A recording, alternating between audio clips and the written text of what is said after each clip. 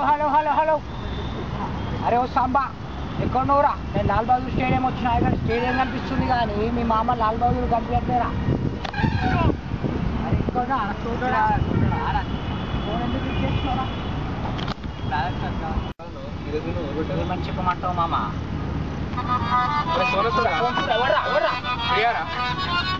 Hello Priya, చెప్పు ప్రియా. వస్తున్నా ప్రియా, వస్తున్నా ప్రియా, తొందరగా వస్తున్నా. ఓకే.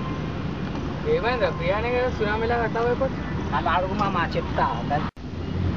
నిన్న తనకి తీసుకొని ఒక రెస్టారెంట్కి వెళ్ళానా, తను అడిగింది ఏం ఆలోచిస్తున్నావు అని. అప్పుడు నేను అన్నాను ఇండియా వర్సెస్ పాకిస్తాన్ మ్యాచ్ వస్తుంది కదా, స్కోర్ ఎంత అయి ఉంటుందా అని ఆలోచిస్తున్నాను. తను క్రికెట్ గురించి ఆలోచించుకోమని వెళ్తుంది. అరే మామ, అలా కాదురా చెప్పాల్సింది. మనం ఫిబ్రవరి 14 రోజు ఫస్ట్ టైం కలుసుకున్నామే, దాని గురించి ఆలోచిస్తున్నామని చెప్పాలి. తర్వాత ఒకరోజు నేను ప్రియా ఒక పార్క్కి వెళ్ళామా, ఒక అందమైన అమ్మాయి అది ప్రియా అడిగింది అది బాగుందా అని. నేను అన్నాను హైట్ ఉంది కదా బాగానే ఉంది. అంటే ప్రియా నేను పొట్టిగా ఉన్నా కదా బాగాలేదు కదా అంటే నేను అన్నాను హైట్గా ఉన్న వాళ్ళతో కంపేర్ చేస్తే నువ్వు పొట్టే కదా. తర్వాత తను అడిగింది నా టైం బ్యాడ్ అయ్యి నేను చనిపోతే నువ్వేం చేస్తావు అని. అప్పుడు నేను అన్నాను నేను నిన్నే ఆలోచించి బాధపడుతూ ఉంటాను. అప్పుడు తాను అన్నది నువ్వు బాధపడకు, వేరే పెళ్లి చేసుకోవాలి. నేను అన్నాను సరే అని అన్నా. అప్పుడు ఇలా అడిగింది నువ్వు కొత్తగా పెళ్లి చేసుకున్న అమ్మాయితో ఫోటోలు తీసుకోవాలి. నేను అన్నా. అప్పుడు ఇలా అడిగింది నా కబోర్డ్లో ఉన్న జీన్స్ టీషర్ట్ కూడా వేసుకొని ఇస్తావు కదా. అప్పుడు నేను ఎలా గుర్తుపెడతారా, హిప్ సైజ్ 28, హిప్ సైజ్ 20 కదా. ఛాతి కొట్టి వెళ్ళిపోయింది మామ. మామ ఇంకా అమ్మాయిని అర్థం చేసుకోలేదా? వాళ్ళకి ఇష్టం ప్రతి పదానికి వేరే అర్థాలు ఉంటాయి. ఇప్పుడు అమ్మాయి సరే అనిందంటే ఆలోచించుకోని అర్థం. 5 నిమిషాలు వెయిట్ చేయమంటే అరగంట పడుతుంది, వేరే పనులు చూసుకొని అర్థం. నీ ఇష్టం అంటే నా మాట వినవా అని అర్థం. అదే కనుబొమ్మల బైక్ లైఫ్ నీ ఇష్టం అంటే ఇంత చెప్పినా పట్టించుకోవా అని అర్థం. సరే అంటే ఓకే ఒకరోజు డిఫరెంట్గా దొరికిపోతావు, అప్పుడు చూసుకుంటా అని అర్థం. మరి థ్యాంక్స్ అంటే థ్యాంక్స్ లేరా? అరే వినండి రా, అమ్మాయిలు ఎస్ అంటే నో అని అర్థం, తెలుసుకోండి రా. అరే ఇప్పుడు అమ్మాయిలైనా వేరే టాపిక్ దొరకదా రా మీకు? ఇంకా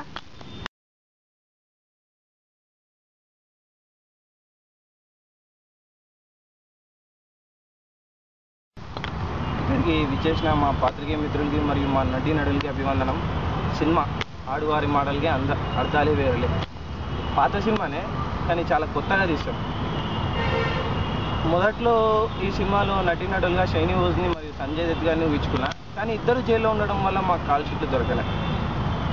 చెప్తున్నా ఇద్దరు పట్టుగాలే మొదట్లో, కానీ తర్వాత నేను ఇచ్చిన అడ్వైజెస్ తీసుకొని చాలా ఇంప్రూవ్ అయ్యారు. సినిమా చాలా బాగా వచ్చింది, చూడండి. దాని తర్వాత మా లిరిక్ డైరెక్టర్ గారు నవీన్ గారు, మా మ్యూజిక్ డైరెక్టర్ గారు నవీన్ గారు, మా కెమెరామ్యాన్ నవీన్ గారు, మా డైరెక్టర్ ముఖ్యంగా నేనే నవీన్ గారిని చాలా బాగా తీశారు. దాని తర్వాత మా హీరో రాహుల్ గారు మాట్లాడతారు.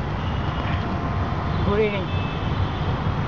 డైరెక్టర్ గారు మొత్తం అన్నీ చెప్పిన తర్వాతే నేను ఇంకా చెప్పడానికి ఏం లేదు, కానీ కొంచెం చెప్పడానికి.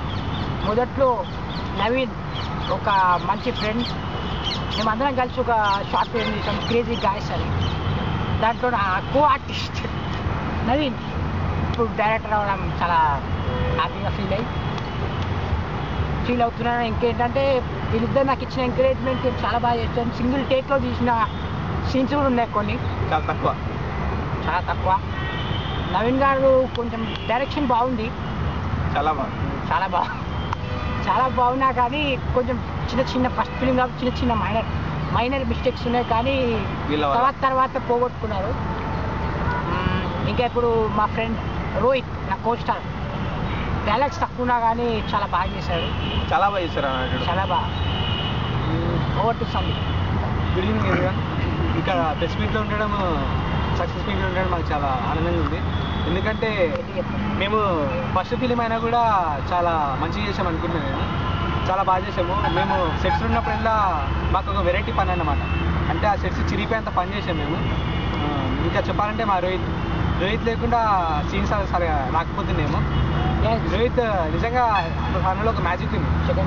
తను ఉండడం వల్ల మేము ఏదో కొత్త ఎంకరేజ్మెంట్ వచ్చింది నాకు. ఇంకా రాహుల్ గురించి చెప్పాలంటే రాహుల్ చూడడానికి స్మార్ట్ ఉంటాడు, మా హీరో చెప్పాలంటే. అతను చేసిన ఎంజాయ్మెంట్ కూడా మాకు చాలా ఎంకరేజ్మెంట్ ఇచ్చింది.